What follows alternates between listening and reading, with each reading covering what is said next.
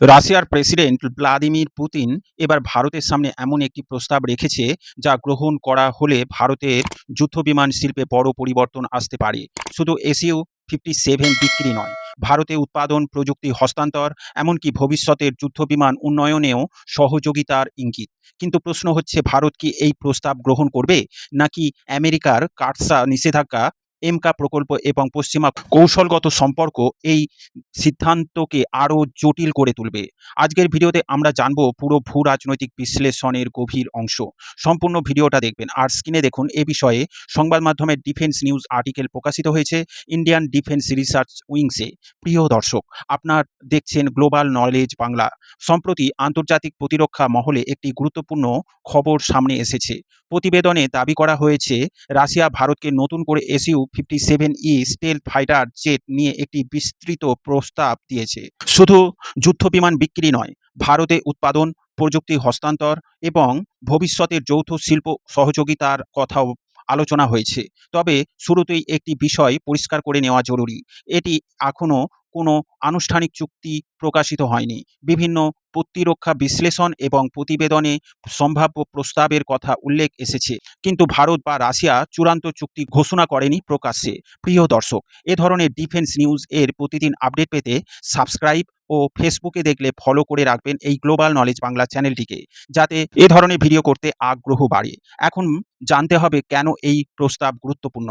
ভারত বর্তমানে একদিকে নিজস্ব এমকা পঞ্চম প্রজন্মের যুদ্ধবিমান তৈরি করছে, অন্যদিকে বিমান বাহিনীর স্কোয়াড্রন সংখ্যা বাড়ানোর প্রয়োজন রয়েছে। এই পরিস্থিতিতে যদি রাশিয়া সত্যিই প্রযুক্তি হস্তান্তর ও ভারতে উৎপাদনের সুযোগ দেয়, তাহলে ভারতের প্রতিরক্ষা শিল্প বড় ধরনের অভিজ্ঞতা অর্জন করতে পারে। রাশিয়ার লক্ষ্য হলো এই, ইউক্রেন যুদ্ধের পর পশ্চিমা নিষেধাজ্ঞার কারণে রাশিয়ার প্রতিরক্ষা রপ্তানি চাপে পড়েছে।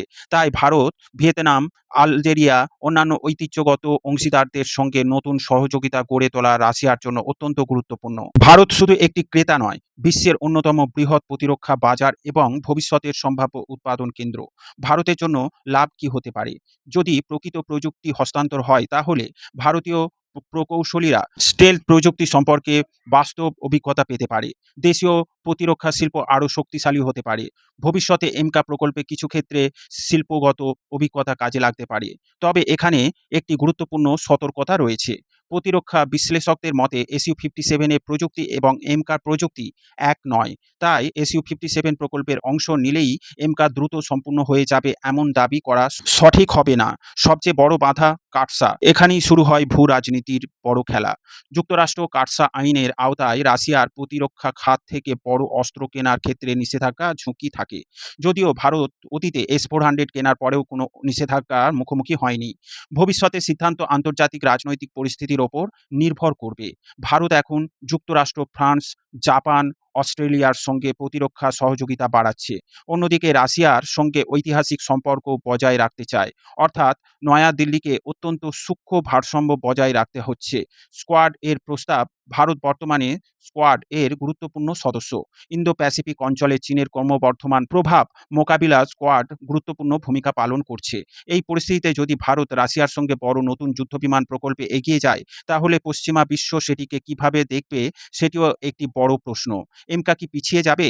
অনেক দর্শকের মতে প্রশ্ন আসতেই পারে, SU-57 এলে কি এমকা বন্ধ হয়ে যেতে পারে? এর উত্তর হলো, বর্তমান তথ্য অনুযায়ী না। ভারত ইতিমধ্যেই এমকাকে দীর্ঘমেয়াদী কৌশলগত প্রকল্প হিসেবে বিবেচনা করছে।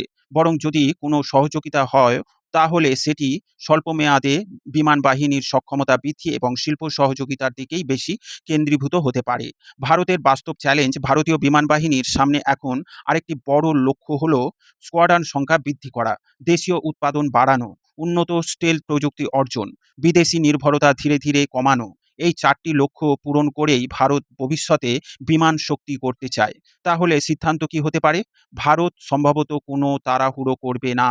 নয়াদিল্লি প্রথমে প্রযুক্তি, উৎপাদন অধিকার এবং অর্থনৈতিক লাভ, আন্তর্জাতিক কূটনৈতিক প্রভাব, এমকা প্রকল্পের ওপর সম্ভাব্য প্রভাব সবকিছু বিবেচনা করছে। যদি ভারতের কৌশলগত স্বার্থের সঙ্গে মিল থাকে, তাহলে সীমিত ও বিস্তৃত সহযোগিতার পথ খোলা থাকতে পারে। অন্যদিকে যদি প্রযুক্তি হস্তান্তর বা উৎপাদনের শর্ত ভারতের প্রকাশ্য পূরণ না করে, তাহলে ভারত নিজস্ব এমকা এবং অন্যান্য চলমান প্রকল্পে বেশি গুরুত্ব দিতে পারে। রাশিয়ার এই সম্ভাব্য SU-57 প্রস্তাব শুধু একটি যুদ্ধবিমান বিক্রি বিষয় নয়, এটি ভারত, রাশিয়া, যুক্তরাষ্ট্র এবং কোয়াড, চীন এবং ভবিষ্যতে ইন্দো প্যাসিফিক শক্তির ভারসাম্যের সঙ্গেও জড়িত হয়ে আছে। চূড়ান্ত সিদ্ধান্ত যাই হোক না কেন, আগামী কয়েক বছর ভারতের বিমান শক্তি ভবিষ্যৎ নির্ধারণে অত্যন্ত গুরুত্বপূর্ণ হতে চলেছে। আপনার মতে ভারত কি SU-57 এর এই ধরনের প্রস্তাব গ্রহণ করা উচিত, নাকি পুরোপুরি এমকা এর উপরই নির্ভর করা উচিত? প্রিয় দর্শক, এ বিষয়ে আপনার মতামত কমেন্টে অবশ্যই জানাবেন। ভিডিও ভালো লাগলে লাইক ও শেয়ার করবেন। ডিফেন্স, ফরেন পলিসি ও জিওপলিটিক্স রিলেটেড খবর পেতে এই গ্লোবাল নলেজ বাংলা চ্যানেলটিকে সাবস্ক্রাইব করে আমাদের সাথে জুড়ে থাকুন। সকলকে জানাই আন্তরিক ধন্যবাদ।